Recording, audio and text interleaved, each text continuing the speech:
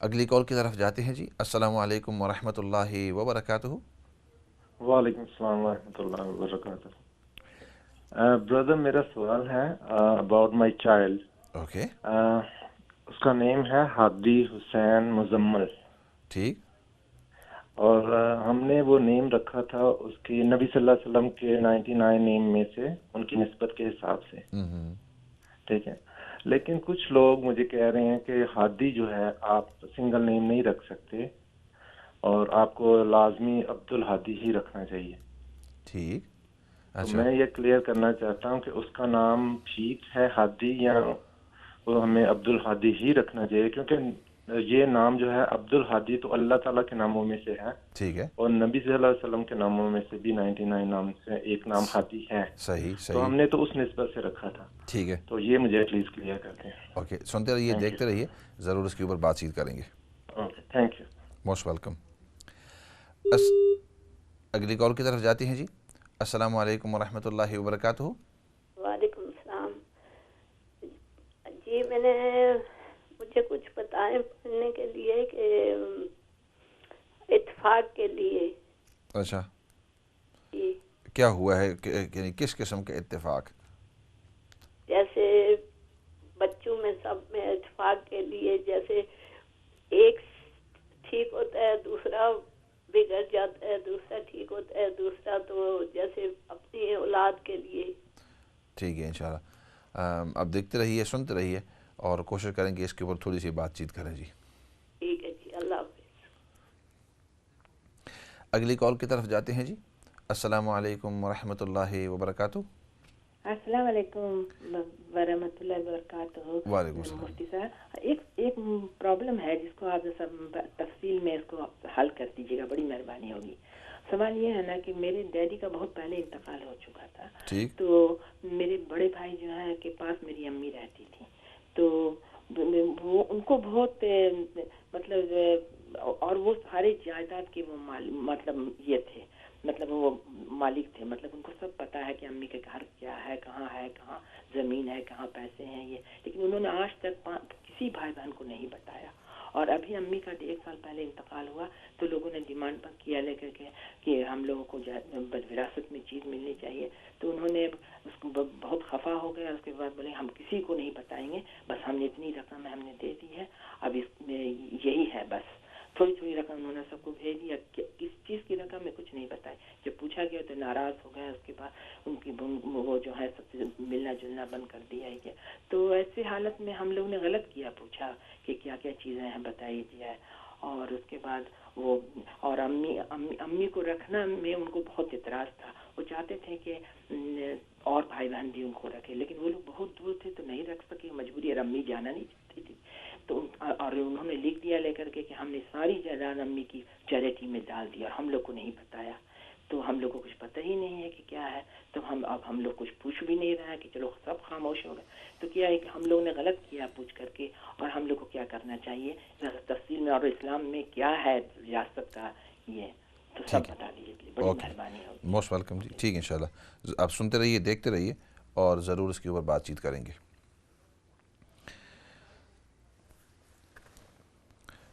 اچھا، آپ نے سوال کیا، سب سے پہلے آپ نے کہا کہ ہادی حسین مزمل، آیا ہم یہ ہادی نام رکھ سکتے ہیں یا نہیں؟ تو ہادی کا مطلب رہنمائی کرنے والا، اور آپ کی بات بالکل ٹھیک ہے کہ اللہ رب العزت کی صفات میں ہادی ہے، کیونکہ اللہ رب العزت ہی کی ذات ہے کہ جو سب کو ہدایت دیتا ہے، رہنمائی کرتا ہے. اور اسی طرح نبی پاک صلی اللہ علیہ وسلم کی بھی یہ صفت ہے کہ نبی پاک صلی اللہ علیہ وسلم لوگوں کی رہنمائی کرتے ہیں. تو اب آپ نے پوچھا کہ اس ہادی کے ساتھ ہمیں عبدل لگانا ضروری ہے یا نہیں، تو اس کا جواب یہ ہے کہ لگانا ضروری نہیں ہے. وجہ، اس کی وجہ یہ ہے کہ اللہ رب العزت کے جو اسماء ہیں، اللہ رب العزت کے جو صفات ہیں، وہ 2 قسم کے ہیں. ایک تو وہ اسماء ہیں کہ جو اور صفات جو ہیں جو صرف اور صرف اللہ رب العزت ہی کے ساتھ وہ صفت متعلق ہے، اور مخلوق کے ساتھ اس کا کسی طریقے سے اٹیچ ہو ہی نہیں سکتا. اور کچھ صفات ایسی ہیں کہ وہ صفات اللہ ہی کی ہیں، لیکن جو مخلوق ہیں ان کے اندر کسی نہ کسی طریقے سے وہ صفت آ سکتی ہے کسی درجے میں۔ اس کی مثال یہ ہے کہ مالک، اللہ رب العزت مالک ہے، مالک الملک، تمام سلطنتوں کے مالک ہیں، مالک یوم الدین، یوم الدین کے مالک ہیں، اور اللہ رب العزت کی صفت ہے مالک، تو اس لیے آپ کہیں گے عبد المالک۔ لیکن ملکیت کی صفت کسی درجے میں انسان کے اندر بھی آ جاتی ہے۔ آپ بھی مالک ہیں، اس گھر کے آپ مالک ہیں، یہ جو قلم ہے اس قلم کا مالک ہوں میں، یہ جو ویسٹ کوٹ ہے اس ویسٹ کوٹ کا میں مالک ہوں، تو یہ جو زمین ہے اس زمین کے آپ مالک ہیں وغیرہ، تو اس درجے میں آپ مالک ہیں۔ تو اس لیے اگر کسی کا نام مالک خان رکھ دیا یا مالک پٹیل رکھ دیا یا مالک حسین رکھ دیا تو ٹھیک ہے، اس میں عبد لگانے کی ضرورت نہیں ہے تو اللہ کی صفت، لیکن چونکہ انسانوں کے اندر وہ صفت کسی درجے میں آ سکتی ہے تو اس لیے ہم اس شخص کو بغیر عبد کے مالک بھی کہہ سکتے ہیں۔ رحیم اللہ رب العزت کی صفت ہے، اللہ رب العزت بڑے ہی رحم کرنے والے ہیں، تو اس کی صفت ہے۔ لیکن انسانوں کے اندر بھی بعض اوقات کسی دوسرے شخص کے اوپر رحم آ جاتا ہے، انسانوں کے دلوں میں بھی اللہ نے تھوڑا سا رحم رکھے، تو آپ بھی رحیم ہیں، آپ بھی رحیم ہیں، آپ کے دل کے اندر بھی رحم آیا ہے، آپ کے دل کے اندر بھی تھوڑا سا رحم ہے، تو ہم کہیں گے الٹیمیٹلی اللہ کی صفت ہے، لیکن اللہ نے وہ صفت تھوڑی سی، اس کا تھوڑا سا درجہ اللہ رب العزت نے مخلوق کے اندر رکھ دیا ہے۔ تو وہ صفتیں جو صرف اور صرف مخلوق کے لیے ہیں، وہ صفتیں جو مخلوق کے لیے بھی ہیں اور خالق کے لیے ہیں، تو اس کے اندر عبد لگانے کی ضرورت نہیں۔ اور وہ صفتیں جو صرف اور صرف خالق کے لیے ہیں، جیسے الرحمن، کہ وہ ذات جو دنیا اور آخرت دونوں جگہوں کے اندر رحم کرتا ہے، اس کو الرحمن کہتے ہیں۔ تو اب آپ کسی کو رحمان نہیں کہہ سکتے، کیونکہ وہ انسانوں کے اندر صفت نہیں ہے۔ انسان پوری دنیا کے اندر اور پوری آخرت کے اندر رحم کرے، یہ انسان کے اندر ذرہ برابر نہیں ہے۔ اسی طرح صمد اس ذات کو کہتے ہیں کہ وہ کسی کا محتاج نہ ہو اور ہر ایک اس کے محتاج ہو، اس کو صمد کہتے ہیں۔ اور یہ صرف اللہ کی ذات ہے۔ اللہ کی ذات ایسے ہے کہ وہ کسی کا محتاج نہیں، کسی کی اس کو ضرورت نہیں، لیکن ہر مخلوق کو اللہ کی ضرورت ہے، اللہ کے بغیر مخلوق کچھ بھی نہیں کر سکتی، اس کو صمد کہتے ہیں۔ اور یہ صفت صرف اللہ کے اندر ہے، مخلوق کے اندر یہ صفت نہیں ہے۔ مخلوق ایسے نہیں کہہ سکتے، ہم انسان یا اور کوئی مخلوق یہ نہیں کہہ سکتے کہ بھائی میں کسی کا محتاج نہیں ہوں اور ہر ایک میرا محتاج، توبہ توبہ، اس طرح نہیں ہے۔ تو صمد کے ساتھ عبد لگانا ضروری ہے۔ اچھا بھائی، اب یہ جب اصول آپ کو سمجھ میں آ گیا تو اب آؤ ہادی کی طرف۔ ہادی اللہ رب العزت الٹیمیٹ ہدایت دینے والے ہیں اور رہنمائی کرنے والے ہیں، لیکن اس کے ساتھ ساتھ وہ صفت اللہ نے مخلوق کے اندر بھی رکھی ہے کسی تھوڑے سے درجے کے اندر، اور وہ یہ ہے کہ آپ لوگوں کی رہنمائی کرتے ہیں۔ لوگ آپ سے پوچھتے ہیں بھائی یہ فلاں جگہ کا راستہ کس طرح ہے، تو آپ کہیں گے اس طرف جاؤ گے، اس طرف جاؤ گے اور اس طرف جاؤ گے، اور آپ اپنی منزل مقصود تک پہنچ جائیں گے۔ تو آپ لوگوں کی رہنمائی کر رہے ہیں، آپ راستہ دکھا رہے ہیں۔ لوگ آپ کے پاس آتے ہیں، پوچھتے ہیں کہ اس کے اندر اچھائی ہے یا اس کے اندر اچھائی ہے، اس کے اندر نقصان ہے یا اس کے اندر نقصان ہے، آپ کہہ دیتے ہیں اس کے اندر نقصان ہے، اس کے اندر اچھائی ہے، اس کے اندر نقصان ہے، اس کے اندر بلائی ہے، آپ لوگوں کی رہنمائی کر دیتے ہیں۔ تو یہ مخلوق کے اندر تھوڑی سی صفت ہے رہنمائی کی۔ تو جیسے میں نے وہ اصول بتلایا کہ الٹیمیٹلی اللہ کی صفت ہے، لیکن چونکہ مخلوق کے اندر بھی وہ صفت آ سکتی ہے تو اس لیے اس کے اندر عبد لگانا ضروری نہیں ہے۔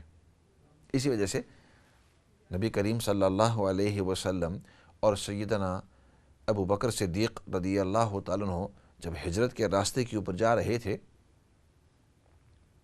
تو پیچھے سے جب دشمن آئے اور انہوں نے پہچان لیا کہ یہ ابو بکر ہیں، اور انہوں نے آپ صلی اللہ علیہ وسلم کو پہچانا نہیں، کیونکہ جب سفر کے اندر جاتے ہیں تو اس وقت اس زمانے کے اندر پٹکا بھی پہنے ہوئے ہوتے تھے، اور پٹکے کے اس طرح منہ اپنا لپیٹ دیتے تھے تاکہ وہ ریت اور جو گندگی ہے اور جو دھول ہے وہ منہ کے اوپر اور ناک کے ذریعے اوپر تک پہنچے نہیں، تو وہ اس طرح پٹکے کو پہن لیتے تھے، آنکھیں ان کی نظر آتی تھی۔ تو ابو بکر سے پوچھا کہ یہ آپ کے ساتھ کون ہے؟ تو ابو بکر صدیق رضی اللہ تعالیٰ عنہ فرمانے لگے رجل یہدین السبیل، یہ وہ شخص ہیں جو مجھے راستہ بتلاتے ہیں، میرے گائیڈ ہیں راستے کے۔ اور اس زمانے میں یہ ہوا کرتا تھا کہ جیسے آج کل ہمارے موٹر وے کے اوپر سائن لگی ہوتے ہیں یا راستوں کے اوپر بڑے سائن ہوتے ہیں کہ اس طرف جاؤ گے تو آپ کو M1 ملے گا، اس طرف جاؤ گے تو M6 ملے گا، اس طرف جاؤ گے تو آپ کو فلاں راستہ ملے گا، اس طرف برمنگھم، اس طرف لندن، اس طرف بریڈ فورڈ۔ اس زمانے میں یہ تھے نہیں، جو راستے کے ماہر ہوتے تھے ان کو پتہ تھا کہ اس طرف جاؤ تو مدینہ پہنچ جاؤ گے، اس طرف جاؤ طائف پہنچ جاؤ گے، اس طرف جاؤ تو فلاں جگہ پہنچ جاؤ گے۔ تو وہ اپنے ستاروں اور چاند اور ان چیزوں کے ذریعے، تو وہ ایکسپیرینس لوگ ان کو ہادی کہتے تھے، ہادی یعنی راستہ دکھانے والے۔ تو ابو بکر صدیق رضی اللہ عنہ گویا بتلا رہے تھے کہ یہ مجھے جنت کا راستہ بتلا رہے ہیں، اور وہ شخص سمجھ رہے تھے کہ یہ ہادی ہیں، وہ جو راستہ بتلانے والے۔ تو یہ پورا واقعہ اس لیے عرض کیا کہ ابو بکر صدیق رضی اللہ تعالیٰ عنہ بھی آپ صلی اللہ علیہ وسلم کے لیے یہ استعمال کیا، اور اس زمانے کے اندر عرب جو ہیں وہ ہادی کو راستہ دکھلانے والا بھی یہ لفظ استعمال کیا کرتے تھے۔ تو خلاصہ جواب یہ ہے کہ عبدل کہنا بہتر ہے، لیکن اگر آپ ویسے اس شخص کو ہادی کہہ دیں تو ہادی بالکل ٹھیک ہے، اس کے اندر کسی قسم کی ممانعت نہیں ہے۔ ہادی کا مطلب راستہ دکھلانے والے، اور مخلوق کے اندر سب سے بہترین راستہ دکھلانے والے وہ نبی کریم صلی اللہ علیہ وسلم ہیں، اس لیے آپ صلی اللہ علیہ وسلم کی صفت ہی ہادی تھی۔ اس کے بعد آپ نے سوال یہ کیا اتفاق کے بارے میں کہ کوئی ایسی چیز بتلاؤں کہ جس کے ذریعے لوگوں کے درمیان اور آپ کے گھر والوں کے درمیان اتفاق ہو جائے۔ تو بھائی ایسا تو کوئی خاص ورد ہے نہیں، سچ بات بتلاؤں۔ اگر ایسا ورد ہوتا تو جتنے بھی علماء ہیں وہ ورد بتلاتے، یا دیندار ہیں تمام کی تمام مخلوق جو ہے وہ اکٹھے ہو جاتے، اس کے اندر کسی قسم کا اختلاف ہی نہ ہوتا، آپس میں لڑائی ہی نہ ہوتی۔ ہاں البتہ آپ دعا کر سکتے ہیں، اور خاصتاً اگر آپ کی اولاد ہو، تو اس وقت بہترین قبولیت کا وقت تہجد کا وقت ہوتا ہے۔ رات کے وقت تہجد کے اندر بیٹھ کر آپ ان کے حق کے اندر دعا کریں، اور والدہ کی دعا اولاد کے حق کے اندر اور والد کی دعا اولاد کے حق کے اندر احادیث میں آتا ہے کہ وہ ضرور قبول ہوتی ہے۔ تو آپ اس طرح کریں، رات کو تہجد پڑھیں، اور تہجد اگر ایک دن نہیں، 2 دن، 3 دن، 4 دن، یہ نہ کہو کہ بھائی آج میں نے دعا کی تھی ایک دن کافی ہے، نہیں۔ اگر آپ اتنا بڑا کام چاہتے ہیں تو اس کے لیے بار بار دعا کرتے رہیں، بار بار دعا کرتے رہیں۔ اور ایک ہوتا ہے مانگنا اور ایک ہوتا ہے منوانا۔ استاذ محترم فرمایا کرتے تھے کہ بعض لوگ ویسے خانہ پوری کے لیے دعا کر کے مانگ لیتے ہیں، فرمایا جو چیز آپ کو چاہیے بعض اوقات منوانا ہوتا ہے۔ ایک رات کو دعا کرو، دوسری رات کو دعا کرو، تیسری رات کو، چوتھی رات کو دعا کرتے رہو، کوئی پتہ نہیں کون سی قبولیت کا وقت ہوگا یا کون سا موقع ہوگا کہ اللہ رب العزت آپ کی دعا قبول کر لیں گے، اور وہ چیز جو چاہتے ہیں اللہ رب العزت آپ کو نصیب کر لیں گے۔ تو اس لیے آپ قبولیت، اور اسی طرح فرائض کے بعد جو دعا ہوتی ہے وہ قبول ہوتی ہے، تو اس وقت بھی آپ دعا کریں یا اللہ میری اولاد کے درمیان، ہمارے پورے گھرانے کے درمیان، بلکہ تمام امت کے درمیان اتفاق نصیب فرما، اتحاد نصیب فرما، سب کو ایک بنا اور سب کو نیک بنا۔ بعض اوقات لوگ ایک اکٹھے ہو جاتے ہیں لیکن غلط کام کے اوپر اکٹھے ہوتے ہیں، تو ہمیشہ دعا کیا کرو یا اللہ ایک بنا اور نیک بنا، سب کو ایک بنا اور نیک۔ اس کے بعد والا سوال آپ نے کیا کہ آپ کے والد صاحب کا انتقال ہو گیا، اور بڑے بھائی جو ہیں انہوں نے جو جائیداد ہے، یہ جو مال ہے، انہوں نے بجائے وراثت کے طور پر تقسیم کرنے کے انہوں نے اپنے طور پر وہ کہتے ہیں چیریٹی دے دیا۔ تو بھائی اس طرح کرنا جائز نہیں ہے۔ ایک بھائی جو ہے وہ باقی بہن بھائیوں کا جو حق ہے وہ لے کر اپنے طریقے سے چیریٹی کر لیں بغیر ان کی اجازت کے، یہ جائز نہیں ہے شریعت کے اندر۔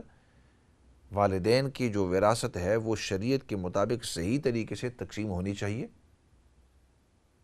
یہ فریضہ ہے، اور جو اس طرح بغیر اجازت کے کسی کے مال کو دیتا نہیں، روکے رکھتا ہے، تو یہ ظلم ہے، گناہ ہے، گناہ کبیرہ ہے۔ اور جب تک کہ آپ لوگوں کے حق کو روکے رہیں گے، چاہے وہ آپ کے بھائی بہن ہوں، رشتہ دار ہوں، آپ گناہ گار ہوں گے۔ اور باقی آپ نے یہ سوال کیا کہ آیا ہم حقدار ہیں ان کو پوچھنے کی، تو آف کورس آپ حقدار ہیں، بالکل آپ ان کو کہیں کہ بھائی والدین کی جو وراثت ہے، ہم سب بھائی بہن، اس کے اندر ہمارا حق بنتا ہے، اور اگر آپ کے پاس اس کی انفارمیشن ہے تو آپ کے لیے دینا ضروری ہے وہ انفارمیشن۔ اور اگر آپ کہتے ہیں کہ آپ نے یہ صدقہ کر لیا ہے یا کسی چیریٹی کو دے دیا ہے تو یہ بغیر اجازت کے کیوں دیا ہے، تو آپ کو سوال کرنے کا حق ہے، اور ان کو سوال کے جواب دینے کا ضروری ہے، واجب ہے، فرض ہے، کیونکہ یہ آپ کا حق بنتا ہے۔ ہاں، یہ الگ بات ہے کہ اگر وہ ان کے پاس کوئی ریزن ہو کہ یہ مال ہمارا نہیں تھا، یا وہ قرضہ تھا، یا کوئی اس طرح کی چیز، لیکن ان کے لیے ایکسپلینیشن دینی ضروری ہے اگر ان کے پاس کانٹیکٹ ہے۔ باقی آپ یہ کہتے ہیں کہ ہمیں پتہ نہیں ہے کہ والد کے نام پر کیا کیا تھا، تو آج کل آپ اگر انگلینڈ کے اندر ہیں تو آپ ان کے نام کے اوپر ریسرچ کر کے وکیل کے تھرو آپ پوری ریسرچ کر سکتے ہیں۔ اگر دوسرے باہر کے ممالک کے اندر ہیں تو وہاں بھی اس طرح سسٹمز ہیں، جو پٹواری ہوتے ہیں، جو وکیل ہوتے ہیں، ان کو طریقہ پتہ ہوتا ہے کہ کس طرح ان کے نام دیکھ لیں جائیداد کے اوپر، بینکوں کے اندر وغیرہ۔ تو وکلاء کے ذریعے، سلیسیٹرز اور جو وکیل ہیں ان کے ذریعے آپ اپنے اس حق تک پہنچ سکتے ہیں۔ باقی بھائی وراثت کسی موقع کے اوپر اس کے اوپر پورا بیان کریں گے، کس انداز میں تقسیم ہوتا ہے، کتنا ضروری ہوتا ہے، اور وراثت کے اندر اگر آپ نے کمی بیشی کی تو یہ ظلم ہے اور گناہ ہے۔ خاصتاً جو مستورات کا اور بہنوں کا اور بیٹیوں کا حق ہے، پہلے زمانے کے اندر، اب تو اتنا میرے خیال میں نہیں ہے، لیکن پہلے زمانے میں اس حق کو روکا جاتا تھا، یہ ظلم تھا۔ بہنوں کو ان کا حق دینا فرض ہے، بیٹیوں کو ان کا حق دینا فرض ہے، اگرچہ وہ گھر سے نکل گئے۔ ماؤں، ماسیوں، جو والدہ کا جو حق ہے ان کا حق دینا ضروری ہے، فرض ہے، اگر ان کا حق بنتا ہو آف کورس۔ ہاں، اگر حق بنتا نہیں ہے تو وہ الگ بات ہے۔ اسی کے ساتھ ایسے کرتے ہیں، آج کے اس پروگرام کو ختم کرتے ہیں۔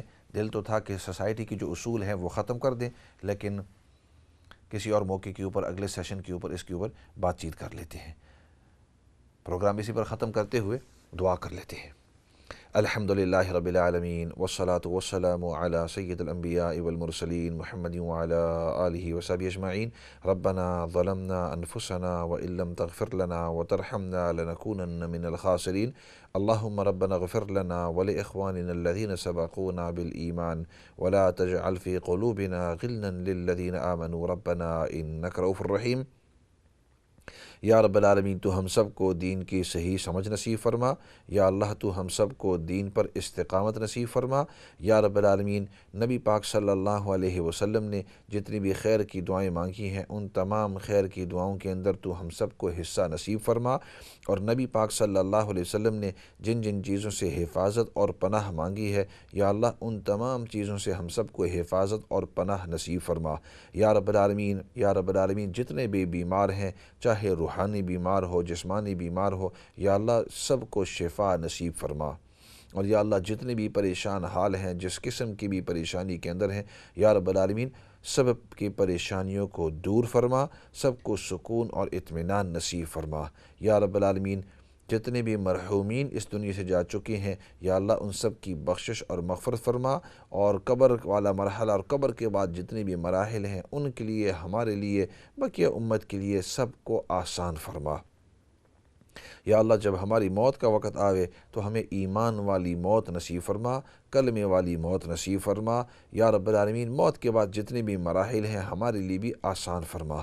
یا اللہ جن جن لوگوں نے دعا کا کہا ہے یا لکھا ہے یا ان کو توقع ہے، یا اللہ ان کی بھی ہماری جائز حاجات جو مصلحت کے موافق ہو اور جس میں تیری رضامندی ہو، یا اللہ ان سب کو پورا فرما۔ اور یا اللہ سب سے بڑی بات وہ تیری رضامندی ہے، یا اللہ تو ہم سب کو اپنی رضامندی نصیب فرما۔ سبحان ربک رب العزت عما یصفون وسلام علی المرسلین والحمد للہ رب العالمین برحمتک یا ارحم الراحمین۔ والسلام علیکم ورحمۃ اللہ وبرکاتہ۔